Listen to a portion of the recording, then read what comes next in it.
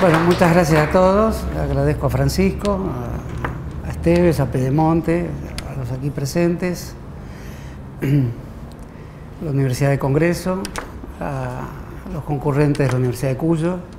De modo que me parece que es una grata reunión a la que espero serle fiel con algunas observaciones que no me van a ser fáciles,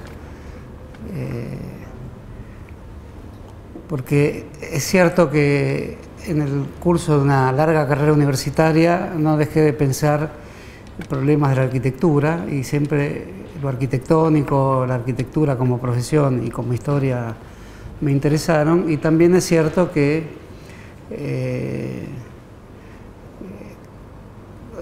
las ciencias sociales y la sociología en especial tienen una larga tradición de observación sobre la historia de la arquitectura.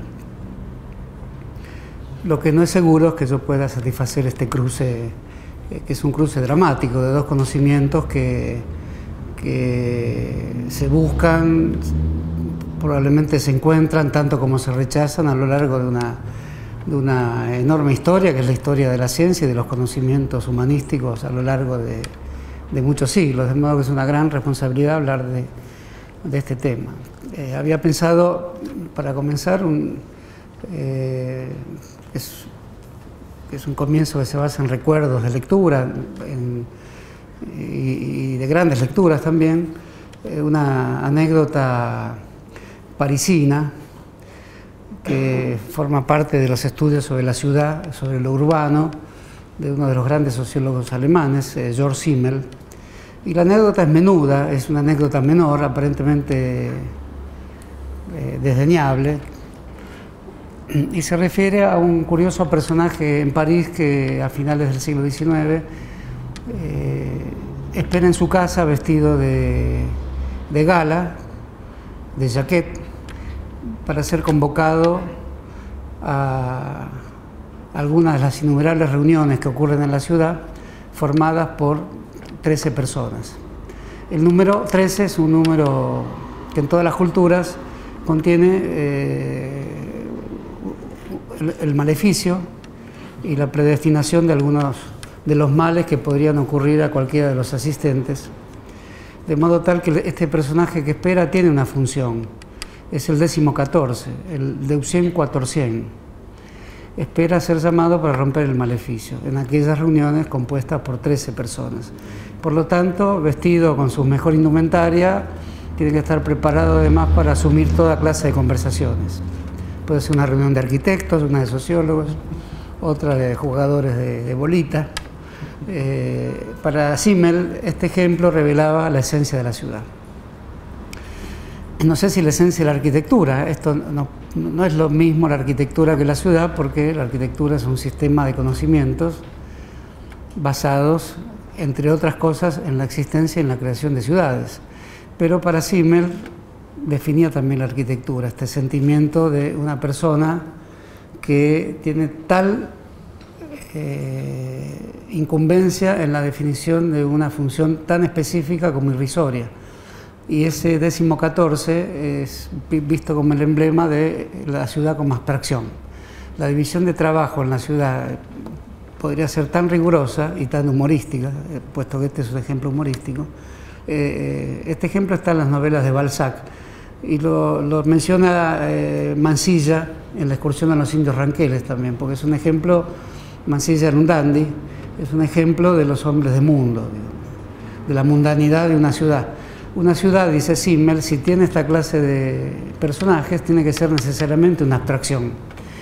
Tiene que ser un ámbito espacial y temporal de tal índole que una figura de este tipo pueda ser razonablemente justificada por el hecho de que hay un pensamiento colectivo que espera la ocurrencia de lo impensado, que espera poder llenar funciones que pueden aparecer absolutamente ligadas a la vida efímera y fútil de un grupo de personas, pero sin embargo en esa futilidad expresa la esencia de la ciudad.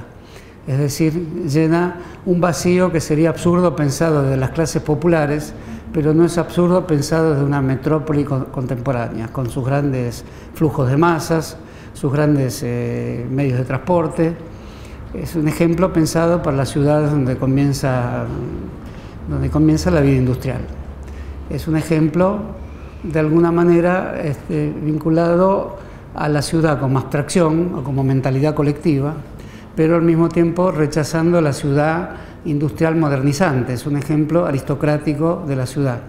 Es un ejemplo de una ética aristocrática para poder seguir viviendo en las grandes ciudades cuyas masas humanas están vinculadas al cumplimiento de horarios laborales, a la producción y a la industria.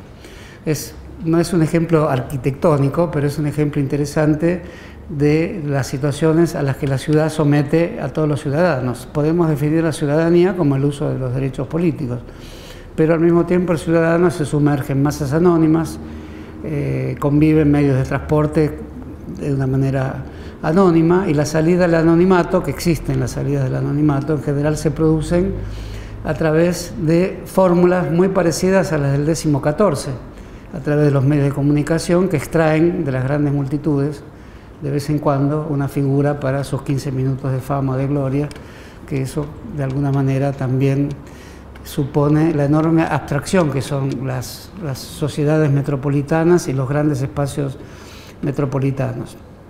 Estos ejemplos se podrían multiplicar con los grandes oficios de las grandes metrópolis. Por ejemplo, el paseador de perros es un ejemplo interesante porque sería inconcebible en una ciudad aldeana un personaje de esa índole. Alguien que pasea perros es una ocupación que no pertenece al mundo industrial, no pertenece al sistema cooperativista, no pertenece a modo de producción conocido. Es un tipo de servicios que excede a los servicios extraños que tiene toda ciudad. Por ejemplo, el cerrajero de 24 horas es también un ejemplo importante porque supone que en una gran ciudad la abstracción supone un pensamiento que la sitúa en una posibilidad de ocurrencia de lo absurdo. Puede ser que alguien a las 2 de la madrugada se quede sin una llave de su casa. De modo que el pensamiento abstracto aquí no supone un pensamiento volátil o meramente utópico, supone la probabilidad de que ocurra un hecho inesperado de los millones de hechos inesperados que ocurren en una ciudad. Entonces, en ese sentido, es interesante la idea de pensar un sistema de conocimientos tan complejo como la arquitectura en relación a la existencia de mundos urbanos vistos de esta manera, con oficios y ocupaciones de tal heterogeneidad y de tal singularidad que forman parte efectivamente del modo en que la ciudad va especializando sus figuras, del modo en que la ciudad es el lugar donde aparentemente ya no existe como definidora la vida productiva o la circulación de mercancías, sino que existen un conjunto de personajes que forman parte de un espacio utópico, que finalmente sería el espacio urbano, y de una situación espacio-temporal que también es utópica, que es la que debe ser pensada por una profesión como la del arquitecto, que de algún modo es una profesión utópica también. No digo que las demás no las sean, pero la arquitectura tiene de utopismo el hecho de que antes de la existencia de las ciencias sociales, antes de la existencia de las teorías políticas, antes de la existencia de las filosofías cualesquiera que sean, el arquitecto en todas las sociedades, en todas las comunidades conocidas, es aquel que expresa, por el hecho de construir el habitar, no construir viviendas necesariamente, sino de estar relacionado al habitar, que es uno de los grandes temas de la filosofía del siglo XX, el habitar como el lugar donde se manifiesta primordialmente el ser. Bueno, el arquitecto, al construir viviendas, casas, lugares de refugio, implementos urbanos y ciudades mismas, sería el que anticipa el sentido mismo de lo social. Y eso lo sigue cargando la arquitectura. Por eso voy a recordar otra anécdota, que es la del arquitecto brasileño Niemeyer, cuando construye Brasilia. El hecho de que haya un personaje a la espera de ser convocado para romper un maleficio es un rasgo utópico de las ciudades también. En el ejemplo de Niemeyer hay otro rasgo utópico, pero más abarcador de la profesión del arquitecto. Niemeyer, que es un arquitecto que aún vive, que tiene 105 años, creo, es un arquitecto del Partido Comunista brasileño, pero esto que digo, que en otra época podía resonar más estremecedor. En realidad ya no hay Partido Comunista brasileño, pero hay Niemeyer.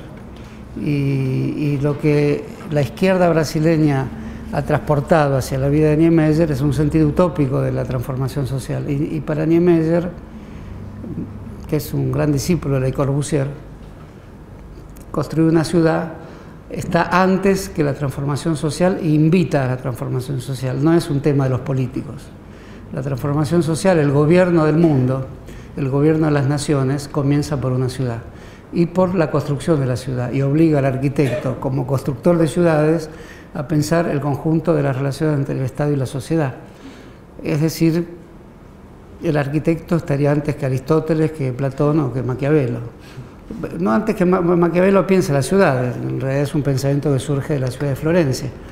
Y en el caso de Niemeyer, la ciudad de Brasilia, que era el modo en que Brasil se expandía hacia el trópico, hacia la selva y hacia el Amazonas, como aquí se dijo en algún momento, si la capital de la Argentina se extendía o se transportaba hacia el frío, hacia el océano y hacia el viento. Esa frase está tomada del ejemplo de Brasilia. Revelaría que construir una ciudad es reconstruir una sociedad. Por eso llamo que es una profesión utópica a la profesión del arquitecto, porque antes que la política, y antes que el Estado, y antes que las relaciones sociales, y antes que los partidos políticos, estaría no la ciudad antigua, la ciudad ya viciada por el Estado, es decir, por lo que inventaron los griegos, la polis, que es la ciudad y el Estado al mismo tiempo, sino otro tipo de ciudad construida para pensar en hombres emancipados, en hombres libres y en hombres igualitarios. Brasilia es una ciudad que invitaba al ejercicio de la vida igualitaria, no desde la teoría política, sino desde la construcción de la ciudad. Es decir, la polis llamada Brasilia, con el mismo nombre del país del cual sería capital, pero es una palabra que no existe, por lo tanto una palabra utópica, tenía que recibir a sus nuevos habitantes con una suerte de manifiesto o de cartilla básica basada en la teoría de la igualdad. En las memorias de Niemeyer es donde están contadas todas estas peripecias. Se presta especial atención al día en que llegan los funcionarios políticos de Río de Janeiro. Ese es el momento en que Niemeyer descubre que la ciudad no iba a ser ninguna utopía, que la ciudad de Brasilia, que la define como la protoforma de la igualdad social, donde arquitectos, ingenieros, albañiles, que habían concurrido de todas las partes de Brasil, vivían en una suerte de comunidad libre, esperando a los futuros habitantes cuando ve venir lo que él llama la fila de automóviles oscuros. Ahí aparece el fin de la utopía, pero no es que se desilusiona por eso, es porque de algún modo se podría presentarlo como un arquitecto resignado, es decir, su teoría nunca puede ser validada, por eso es una gran utopía. A esa ciudad vendría a habitarla la reproducción de la desigualdad política. De alguna manera quería decir eso, el arquitecto comunista Niemeyer, pero ya no comunista del Partido Comunista, sino de una expectativa comunitaria, es decir, la ciudad como gran expectativa comunitaria la iban a desmerecer sus propios habitantes para los cuales había sido construida. Brasilia tiene muchas críticas, es una ciudad que ha sido muy criticada, muy alabada también. Cuando la visita André Malraux, la llama la nueva capital de un imperio que no fue. También dice eso de Buenos Aires, ¿no? O que no puede ser. Es decir, esa frase de Malraux indica también que las ciudades tienen un cuerpo utópico y que pretenden ser más de lo que realmente pueden ser cuando realmente son habitadas, cuando aparece lo que se llama el usuario, que es lo contrario al ser utópico que debería habitarlas. Y en ese sentido no es la desilusión del arquitecto, es la idea de que el arquitecto goza solamente en el momento en que la construcción, el habitar y la forma utópica que adquiere el mundo del refugio de los hombres solamente puede ser motivo de intensa alegría cuando se lo está construyendo. Y que después, por eso aparece el usuario con su crítica, con su forma de habitar, con su utilización del espacio que ha sido creado, que de alguna manera vendría a desmerecerlo, a no ser que efectivamente se cumpliera con la utopía por excelencia, que es que la arquitectura fuera la matriz de todas las ciencias y fuera la que al construir indicara precisamente cómo deben ser las ciudades y cómo al construirla se supondría que el arquitecto recoge la beta utópica de su profesión, las sociedades serían igualitarias con una suerte de efecto general de la arquitectura sobre las sociedades. Este es un pensamiento al que hay que tenerle efectivamente mucho respeto y mucho cariño. A mí me parece que es uno de los grandes pensamientos que ha dado la arquitectura y que no es posible descartar de ninguna manera el efecto que tiene la arquitectura en la creación de situaciones sociales y políticas de tipo igualitario o lo contrario. Por eso el pensamiento de Niemeyer, que es un viejo sabio humorístico también, y un gran diseñador, hace una línea y esa línea tiene vida, hace una curva y esa curva tiene vida porque es alguien que se inspira en la naturaleza, es decir, en los movimientos y en las líneas y curvas de la naturaleza. Y en ese sentido se podría también criticar que las ciudades son construcciones humanas que alteran la naturaleza y de algún modo la contradicen. Pero en el caso de Niemeyer no hay una contradicción con la naturaleza, sino que hay una prolongación de la naturaleza en las sociedades. Ese es otro pensamiento extraño y difícil de verificar, porque en realidad las ciudades son construcciones que efectivamente suponen la protección frente a lo agreste o a lo riesgoso de la naturaleza. Y el hecho que haya una continuidad entre naturaleza y sociedad, entre naturaleza, sociedad y cultura urbana, es un motivo de reflexión de los grandes grupos ecologistas, de las grandes vanguardias ecologistas del mundo, de difícil cumplimiento, porque efectivamente la vida urbana, como lo revela toda la tradición en la Argentina con mucha vivacidad, ¿no? Toda la tradición de la contraposición entre civilización y barbarie. La barbarie es el mundo rural y la civilización es la ciudad. Eso está claramente establecido en Sarmiento. Luchamos por la ciudad, dice Sarmiento. Por lo tanto, en la gran tradición ilustrada, que es una tradición absolutamente problemática, pero al mismo tiempo fundadora de la modernidad, la ciudad es lo contrario a la naturaleza salvaje. Es la tesis de Simmel, por eso hay alguien de frac esperando a que lo llamen para conversar de cualquier tema. En la tradición de Niemeyer, la ciudad sería una prolongación de todas las formas de vida conocidas, de la vida vegetal, de la vida animal, pero hizo efectivamente una ciudad que muchos retratan, y es una gran paradoja de Niemeyer, como imposible de ser habitada, y no porque exista la clase política brasileña, que es una clase política muy densa, es una clase política con muchos años de experiencia y es una clase política que efectivamente tiene fuerte conciencia de sí misma. Y que trata sus diferencias de una manera donde siempre se tiene en cuenta efectivamente que son los constructores de ciudades, es decir, hay un tejido interno que la une a pesar de sus diferencias. Por eso la gran satisfacción de Niemeyer, esto lo digo de un recuerdo de lectura de su autobiografía, es haber construido el monumento del estadista que pensó la ciudad, que lo invitó a él a construirla, que fue Juscelino Kubitschek, presidente de Brasil en aquellos años, y hay un movimiento de manos de Kubitschek que a determinada hora de la tarde, cuando el sol pasa por esa estatua, se forma la hoz y el martillo unos metros más allá en el césped, ¿no? También hizo una broma parecida a la iglesia que construyó un mandala. La catedral de Brasilia tiene un mandala que es el viejo símbolo de antiguas religiones muy anteriores al cristianismo, ¿no? Pero son todos los indicios de que el arquitecto tomaba decisiones que querían, digamos, avalado por el presidente de la nación, tomaba decisiones que incluían desviar el destino de Brasil en dirección, no al viento, al océano ni al mar, sino en dirección a la naturaleza, a una forma de vida igualitaria y al festejo de la vida popular brasileña. No, todo eso queda como un balance más que nada para los brasileños, pero me parece interesante recordarlo porque efectivamente une a la arquitectura como a las grandes utopías sociales, por un lado, y por otro lado nos recuerda lo difícil que es pensar en la transformación del mundo solo con instrumentos arquitectónicos, pero todos los arquitectos que en la Argentina pensaron la arquitectura de una manera compleja, todos tienen esa partícula utópica en su pensamiento. Los movimientos estudiantiles de las facultades de arquitectura en general piensan en viviendas sociales, en viviendas colectivas. Brasilia es una vivienda colectiva y generalmente detienen su pensamiento allí.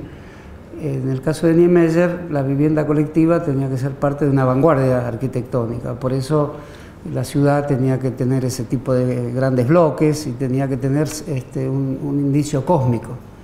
Lo cósmico en Brasilia está bastante bien marcado por los ejemplos que di, es decir, la utilización de los elementos de la naturaleza, el rayo de sol, las simbologías anteriores a la religión cristiana, para que lo usen los sacerdotes del culto tradicional. Pero la relación entre la naturaleza y la sociedad es de carácter cósmico. Entonces me parece que también en la arquitectura hay una característica de tipo cósmica, en el sentido de que el arquitecto, Mercedes, en el sentido que el arquitecto tiene, digamos, a su disposición la posibilidad de pensar el cielo y la tierra, el viento y el mar, es decir, que todas sus construcciones dialogan con todos esos elementos que tienen vestigios no remotos de la vida sacerdotal. Toda profesión tiene vestigios de la vida sacerdotal, cualquier profesión, y la profesión es finalmente eso, la forma laica de algún intento, de algún vestigio sacerdotal o de un origen sacerdotal cuyos vestigios pueden percibirse. En el profesor está claro que hay vestigios sacerdotales más o menos ocultos. Si se los exhibe demasiado es una torpeza, si se los apaga del todo también es una torpeza. Entonces hay que manejar esos vestigios de una manera laica, me parece a mí, pero que no sea torpe respecto a percibir las profesiones como un gran legado de la humanidad y una gran responsabilidad. Impartir conocimientos no es una forma de gozar del desequilibrio del que sabe respecto al que no sabe, sino es generar un saber en quien ya de alguna manera lo tiene y aceptar que el profesor puede no tener aquellos saberes que supone tener. Entonces ese tipo de cuestiones están involucradas en la arquitectura, que es una expresión que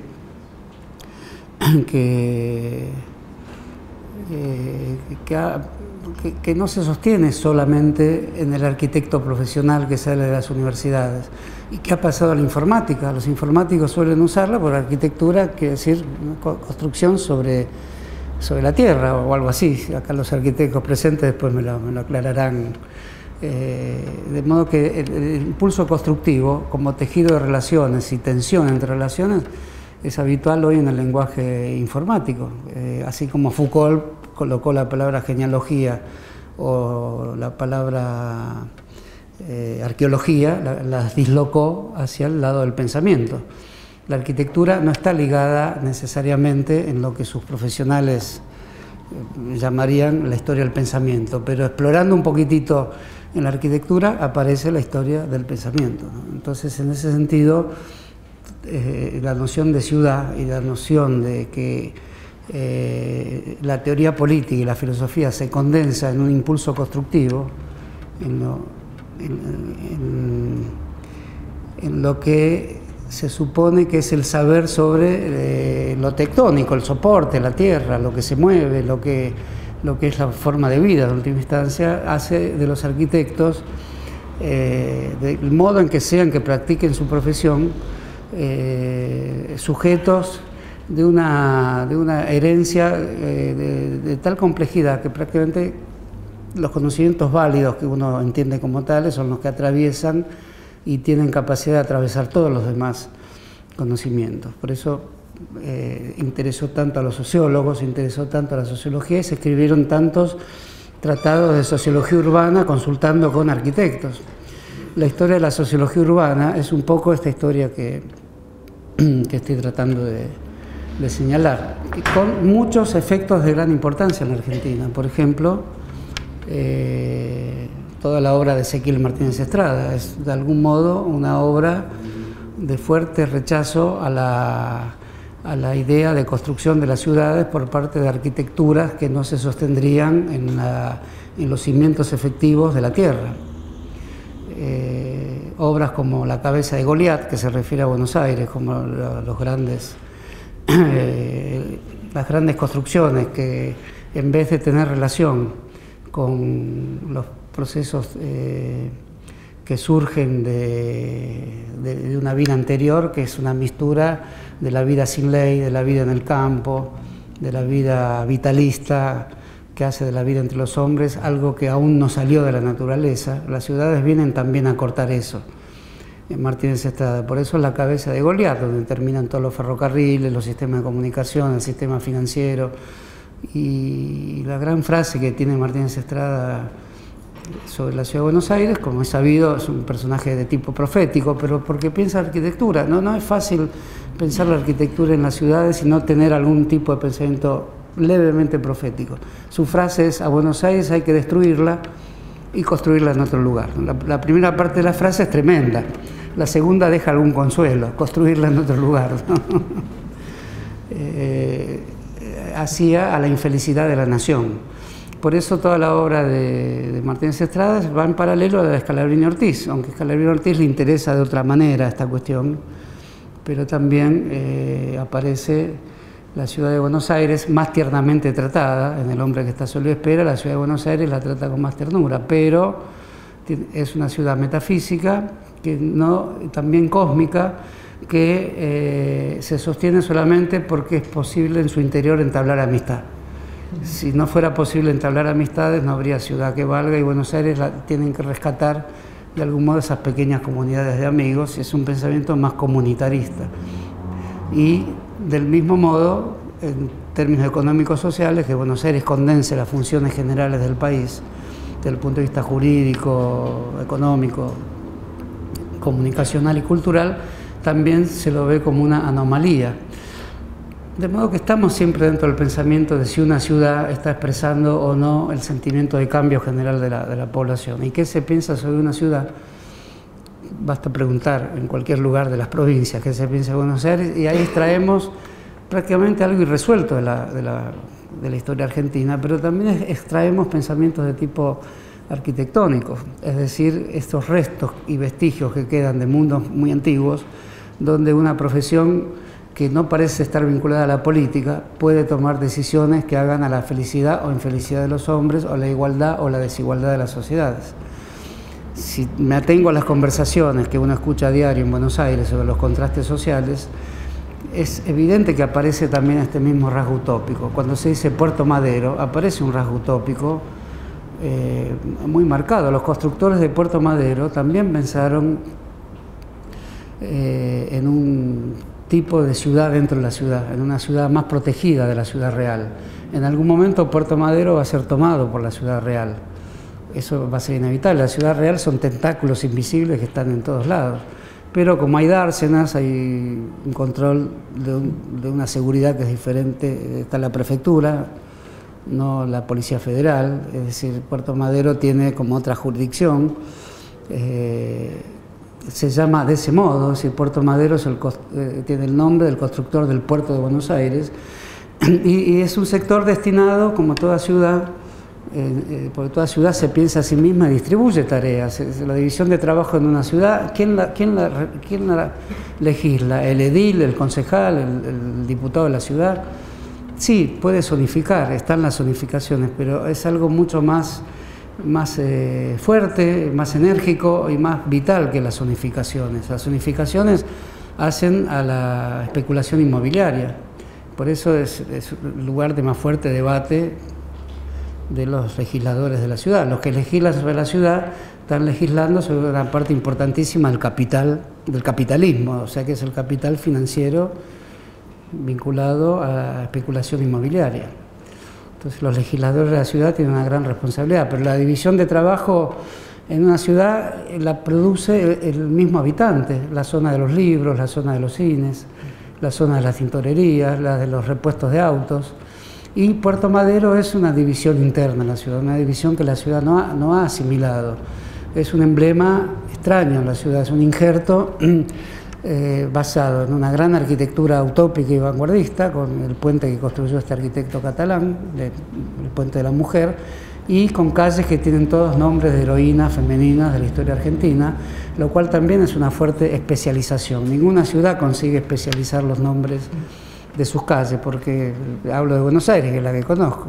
Apenas aparecen 5 o 6 regularidades, la calle Honduras, viene después Guatemala, El Salvador, etc., pero después aparece Gorriti, y después... la lucha en una ciudad es la lucha por los nombres permanentemente y por sus emblemas. Una ciudad, al poner nombres, lo que hace es también producir un conjunto de identificaciones que tienen una doble significación, una toponímica, es decir, el monumento a Roca no es solo el del general que cometió un desvarío genocida entre los indios de La Pampa. Es una marca toponímica. Si se sacara la estatua de Roca, como dice Osvaldo Bayer, evidentemente quedaría despojada la ciudad de una marca toponímica que tiene una relativa autonomía respecto al contenido que tiene el general Roca como tal. Eso es así en toda ciudad. Por eso cambiar un nombre de la ciudad es una afectación al conjunto de consensos y de entendimientos que todo ciudadano de la ciudad posee también como bagaje de su propia entidad ciudadana. La ciudadanía se compone de saber que después de la estación Medrano viene la estación Flores, etc. No es el ejemplo correcto, ¿no? Cambiar el nombre es una responsabilidad muy grande porque supone una alteración colectiva del lenguaje.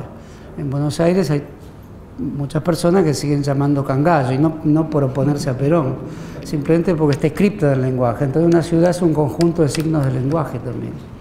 Como extraigo de ahí la idea de que el utopismo arquitectónico es un conjunto de signos del lenguaje.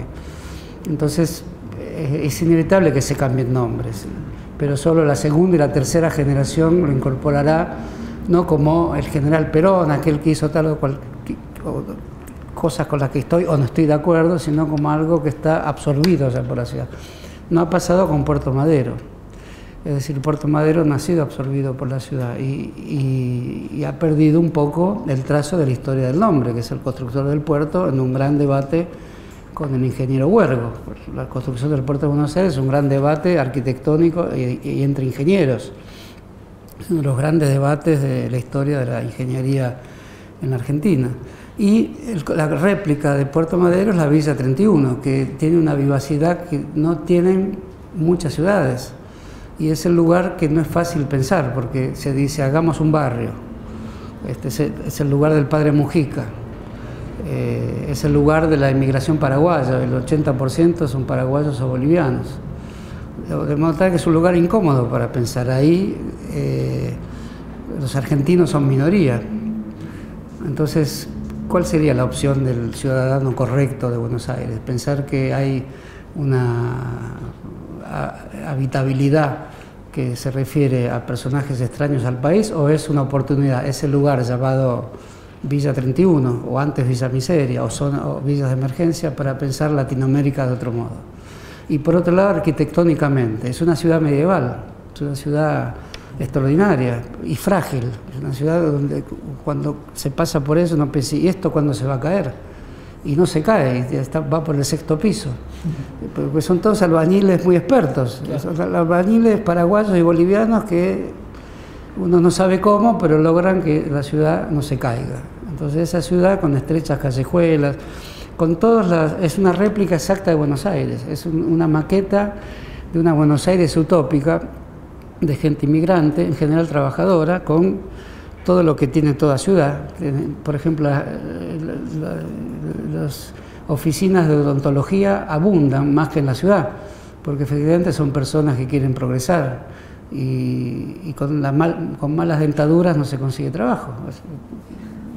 Hay que decirlo bruscamente, se puede decir más finamente, pero es así. Hay odontólogos que cobran menos, etcétera. Hay una enorme red de odontología y muchas más cosas que están todas en la ciudad verdadera. Y esta es una ciudad utópica de pobres, de migrantes, de perseguidos, de dealers, que hay más que el promedio que hay en Buenos Aires, pero no es tan diferente.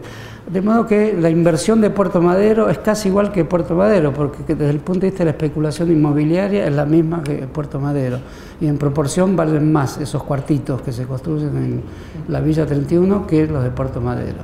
Solo que es la ciudad de las antípodas, y pensar esas antípodas presupondría, no ya como Martínez Estrada, destruir Buenos Aires para construirla en otro lugar, sino pensar otra vez Buenos Aires.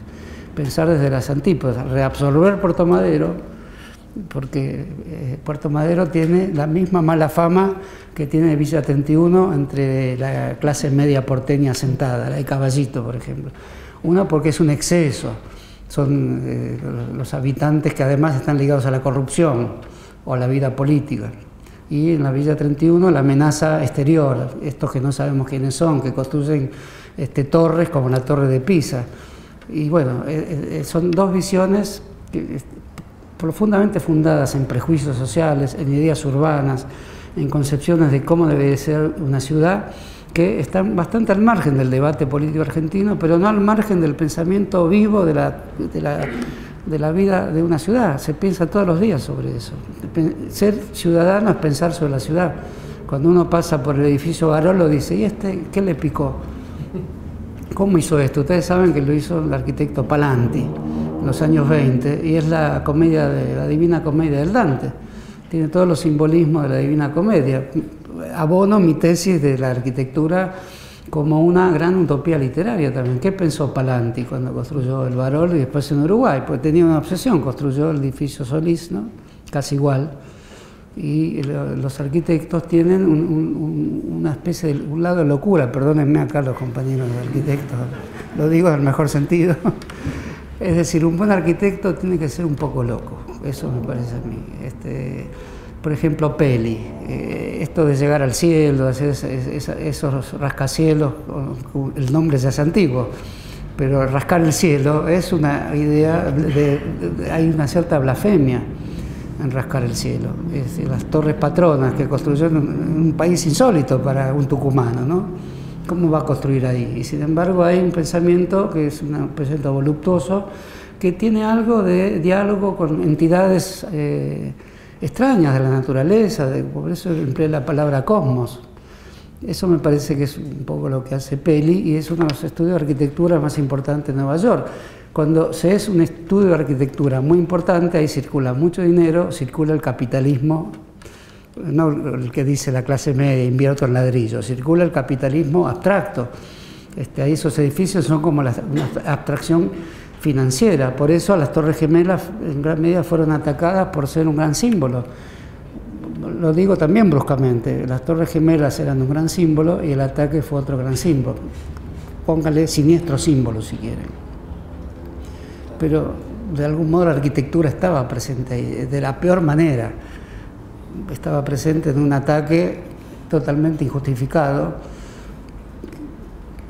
que nos hace pensar muy profundamente en la relación de la arquitectura con la política, de los símbolos a lo injustificado, porque está justificada toda lucha política, pero no era justificable ese tipo de atentado, que sin embargo era un atentado que desafiaba al conjunto de la política, y aún lo sigue desafiando, el uso de aviones como proyectiles. O sea, se demuestra que un pensamiento de guerra hace de la arquitectura, del transporte público, de los automóviles, los hace a todos objetos de guerra. Un cuchillo para cortar la carne en tu casa es un objeto de guerra. Es lo que tiene de tremendo el ataque a las Torres Gemelas. Eso más allá de cualquier justificación, de cualquier tema vinculado a las guerras mundiales, que esta de algún modo lo fue. Es porque está la arquitectura, que es una ciencia civil, sometida al ejercicio de la guerra también. Como está sometido un automóvil, que es algo que usamos para salir de vacaciones con la familia, y Pipo Pescador canta una hermosa canción manejando el no, eso de María Walsh también, manejando el cuatrimotor. Son objetos de guerra. Todo objeto civil de la paz puede ser tornado. Un gran poeta francés, no me acuerdo quién, decía: el automóvil, c'est la guerre. El automóvil es la guerra. Y yo podría decir lo mismo de cualquier cosa que construye el hombre.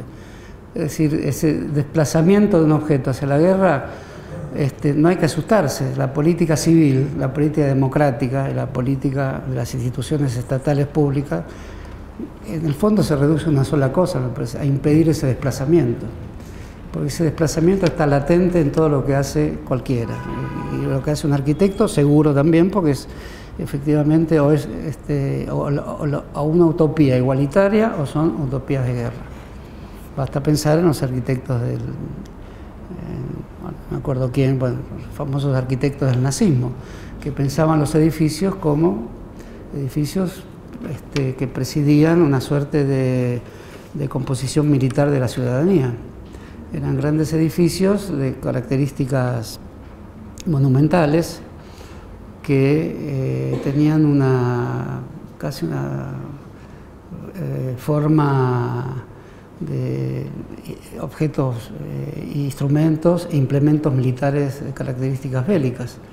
Así como conocida la arquitectura fascista, monumentalista, que tuvo gran influencia en la Argentina, por ejemplo. Bueno, no voy a dar ejemplos, son conocidos los ejemplos que hay en la Argentina. También hay en el fascismo, me parece, la idea militarista de los grandes edificios que presiden formaciones humanas que desfilan en perfecto orden, se traspasa a la arquitectura también. Es decir, la arquitectura como arte, la forma estética de la arquitectura está militarizada también. Quiero dar otro ejemplo y después termino con Borges, que me parece que es el que piensa la arquitectura de una manera muy profunda, ¿no? El arquitecto Salamone, de la provincia de Buenos Aires, se puede decir que es un arquitecto fascista. Se puede decir, pero también es necesario debatir ese tema porque el fascismo recoge el impulso utópico del arquitecto, de la arquitectura, es decir, la tradición democrática norteamericana, por ejemplo, también tiene, si uno va a Nueva York, percibe la fuerte narrativa que tienen los edificios. Es una narrativa extraordinaria que está en el cómic. Yo creo que no habría cómic, Superman, King Kong. O sea, el Empire State parece que se creó para King Kong. Porque toda la narrativa es una gran ficción. Nueva York es una ciudad fabulosa realmente. ¿Por qué el capitalismo está presente en nuestras vidas? Y la pregunta que lo acompaña, ¿por qué la arquitectura soviética no estuvo a la altura de una gran revolución? Yo creo que los soviéticos, con su idea de una arquitectura meramente laica y desacralizada, sin narrativa propia, contribuyeron bastante a la caída de la Unión Soviética. Después de Eisenstein no pudieron hacer ninguna gran película al nivel de Eisenstein, y quizás de los primeros arquitectos soviéticos. Después eran todos grandes bloques. No, que no lo conozco bien, pero Nueva York contrasta porque hay una idealidad de la ficción en todas las fachadas de los edificios, que bien lo ha presentado Woody Allen como gran fanático, y Gershwin, sí, está en la música, en la vida cultural, está en todo lo que es Nueva York como ciudad de las vanguardias culturales. Bueno, eso presupone también que en el capitalismo más avanzado hay un ideal arquitectónico que no es simplemente un instrumento del capitalismo, es quizás casi de lo mejor que se puede decir que tiene el capitalismo, que si hubiera, ojalá lo hubiera, un tipo de sociedad igualitaria que ya no fuera capitalista, tendría que heredar buena parte de las vanguardias arquitectónicas que generó el capitalismo con los grandes arquitectos que pensaron desde el capitalismo en contra del capitalismo. Por eso di el ejemplo de Niemeyer. Creo que Le Corbusier es parecido. Le Corbusier